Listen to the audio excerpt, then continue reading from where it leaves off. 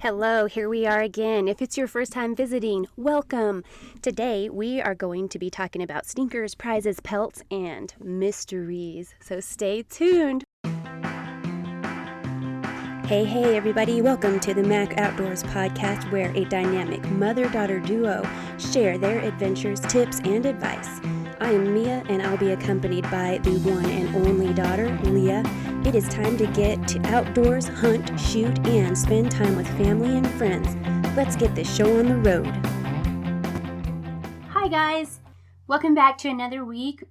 We have had quite a fun week this week with Lea, and she wants to talk about that today. But last week we talked about turkey hunting and gave you some tips. So if you didn't listen to that, head back and listen to episode 4. Part about turkey hunting is we wanted to tell you on our property we have more turkeys now because of Lea and what she wants to talk about today. And so, without further ado, Lea, what are we going to talk about today? Today, we're going to talk about trapping.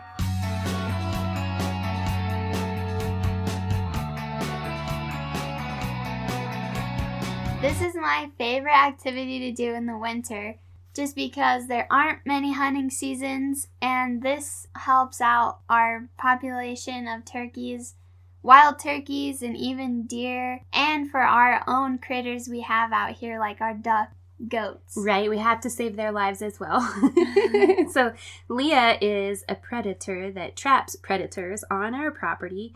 And so Lea, what are some tips that you have for our listeners? Do you have any suggestions or advice, or what do you have? Well, I've been trapping a long time, and I used to do it with one of our good family friends and learned a lot from him. But here in Colorado we can only use live traps. So we've had to learn how to make our own traps, so we didn't have to go buy little ones. We had bigger ones for bobcats and things like that. Right. And so part of live traps is box traps. We can't injure or wound an animal, so we can't use snares or conibears and traps like that. We have to use box traps so that if by chance something got caught in there that you're not allowed to shoot, you're able to release it unharmed.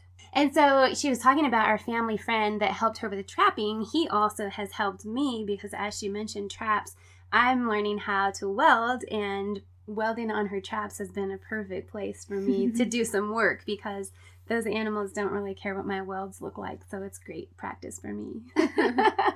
I also, with my traps, we can't use live bait, obviously. I love bird hunting, and so while I'm not hunting big game or anything like that, I try to go duck hunting and try to hunt other animals. I use the remaining carcass of those birds as bait for my live traps. And how are you using those as bait? You said they're leftovers, so you use the portions that you're eating, right? And then what do you do with the leftovers? How do you use that as bait?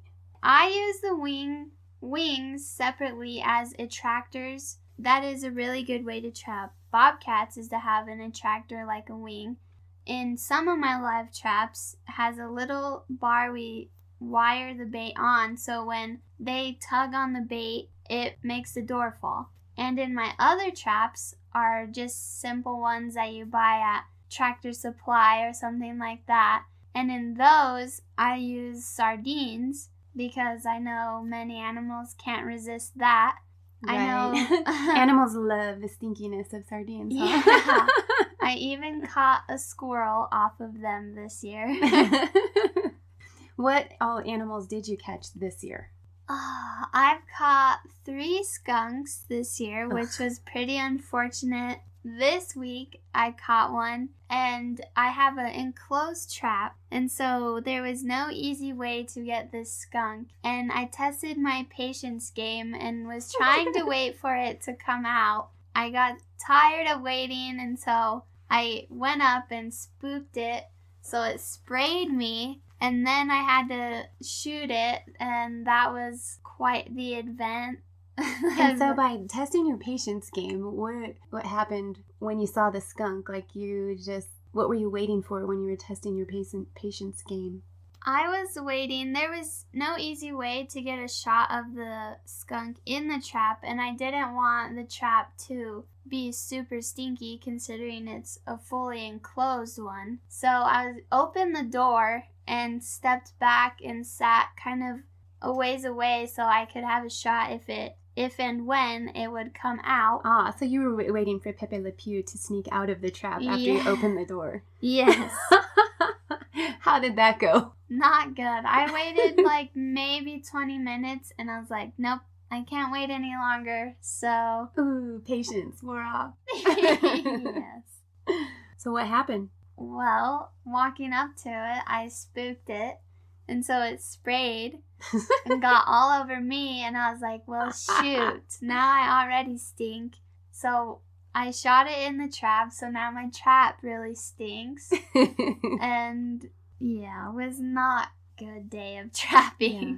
And so you caught this year skunks. Yeah. Skunks only. And I'm sure you caught more things. But I have a question about skunks because you've been trapping for... I started when I was 7, so... Oh, so you've been trapping for forever. 11 years. And over the years, since obviously Leah lives with me, she has caught skunks every year. And some years, the skunk trapping is more than other years because she diminishes the populations and then they repopulate. But what methods have you tried and people have told you that you have tested out over the years? What methods of trying to get rid of a skunk have you tried to not make it stink, I guess, is what I'm trying to say.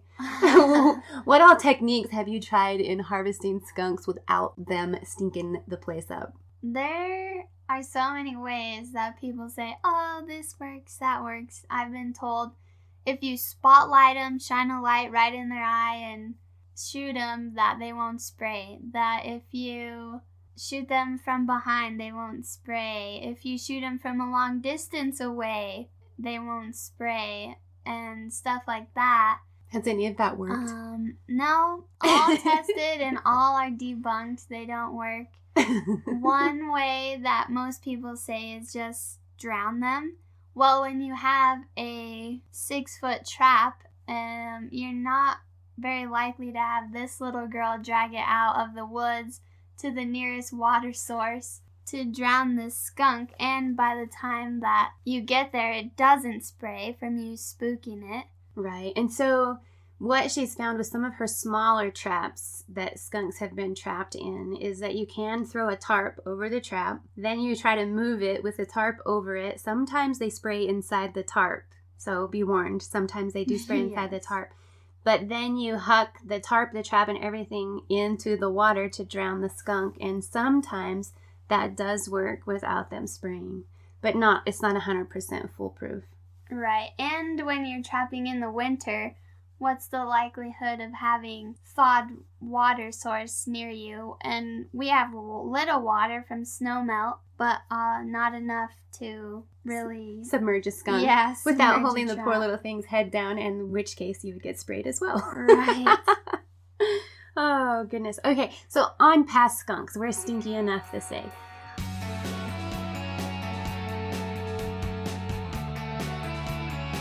On past the stinky skunks, what other critters have you caught in your traps this year? I have also caught a big fat raccoon. That boy was pretty angry when I got to him that day. I also caught around 6 or 7 foxes, all gray fox. Mm-hmm. And I've caught a record-breaking magpie. Birds are sometimes a little bit troublesome with the traps too because they'll trip the traps, right? Yeah, and then sometimes they can get out and then you're like, dang, I have to go find more bait to reset it and hope the bird doesn't come back. I know one year, I think it was 2 or 3 years ago, I caught a turkey vulture in my trap. Yep, and that one was in one of the smaller box traps. Yeah. And the bird couldn't turn around in there, and thankfully it had 2 doors. Some traps have a front door only, and some have a front and a back door. So she was able to release that, and it took a while to rest up and straighten its feathers, and then it finally flew away. So that's partly what we're talking about with Colorado laws and having to have a live trap or box trap where they can get away. So she was able to release that bird, and that's part of Colorado laws. And Lea, since you're preparing to go away to college, what have you learned in Colorado laws versus Montana laws for trapping? I did a lot of research, again, as always, and there was a lot of differences.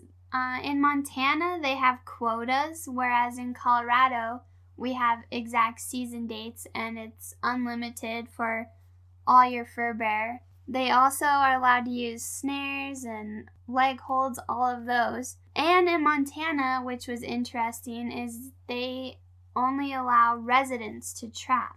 Ooh. Decisions. Yes. Well, we'll talk about residency later, I suppose. As far as fur bearers, what kind of animals are considered fur bearers, and why are they considered fur bearers? Some animals are bobcats, raccoons, fox, fishers, wolverines in Montana. All of those are considered fur bearer for the fact that you sell their hide.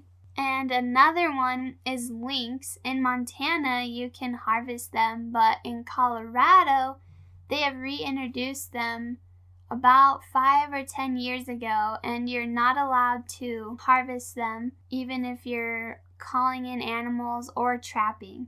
Right, so yet another reason why we have to have those traps that don't hurt the animals, because you would get in serious trouble if you caught a lynx in a conibear and had to release that and it was wounded. That would be bad in Colorado. So yeah. Speaking of which, there are a couple things that Lea has trapped over the years that she also hasn't shot. You want to tell them the story about the couple of things that you caught in the past couple years? Well, we live on a big ranch out here in Colorado, and you would think we wouldn't catch anything but these critters of skunks, raccoons, fox, etc. A few years ago, I think it was last year, I caught the neighbor's dog in one of my traps. And that is totally crazy because our dogs know better. Like, they don't go in the traps. We've never caught one of our own dogs in your traps. So, yeah. I don't know what to say about the neighbor's dog. Yeah, I remember walking up like, what is that thing? And I was, oh, it's the neighbor's dog. So you're welcome, neighbor. She let your dog go. Yeah. Then this year, I caught the neighbor's cat, and I was just like, are you serious? Like, the first time the trap was tripped, it was the neighbor's cat. The very first set of the season, huh? Yes. Very disappointing to see the neighbor's cat in the trap. Yeah. The dogs were kind of anxious, but we let her get home safe. Yeah, so we have several dogs, but she usually takes our dogs with her. They're her assistants, and they chase the four-wheeler as she makes her rounds to check traps, which actually, another note with laws is in Colorado, you have to check your traps every 24 hours. So it's quite a task to commit to because you have got to do it every day. But her assistants usually chase her around and help her, and I'm sure they were excited to see a cat in the trap, but they probably were disappointed when she brought him back and then had to go release the cat. Yeah. But on that note, a big thing when you're just as hunting, if you wanted to do trapping, you should probably check your state laws, because look at this difference in Colorado and Montana.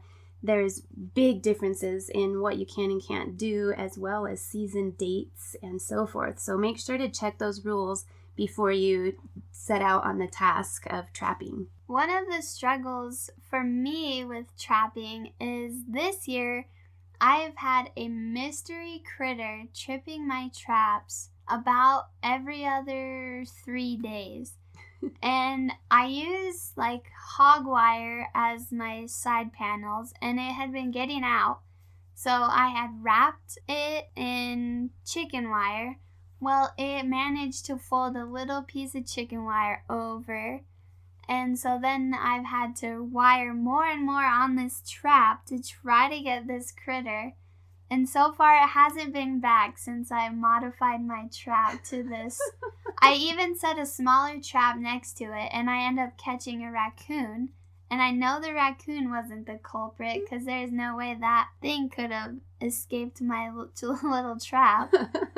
In Colorado, season's almost over, and it looks like whatever the culprit was that was the master escape artist from the traps, it may not be discovered this year.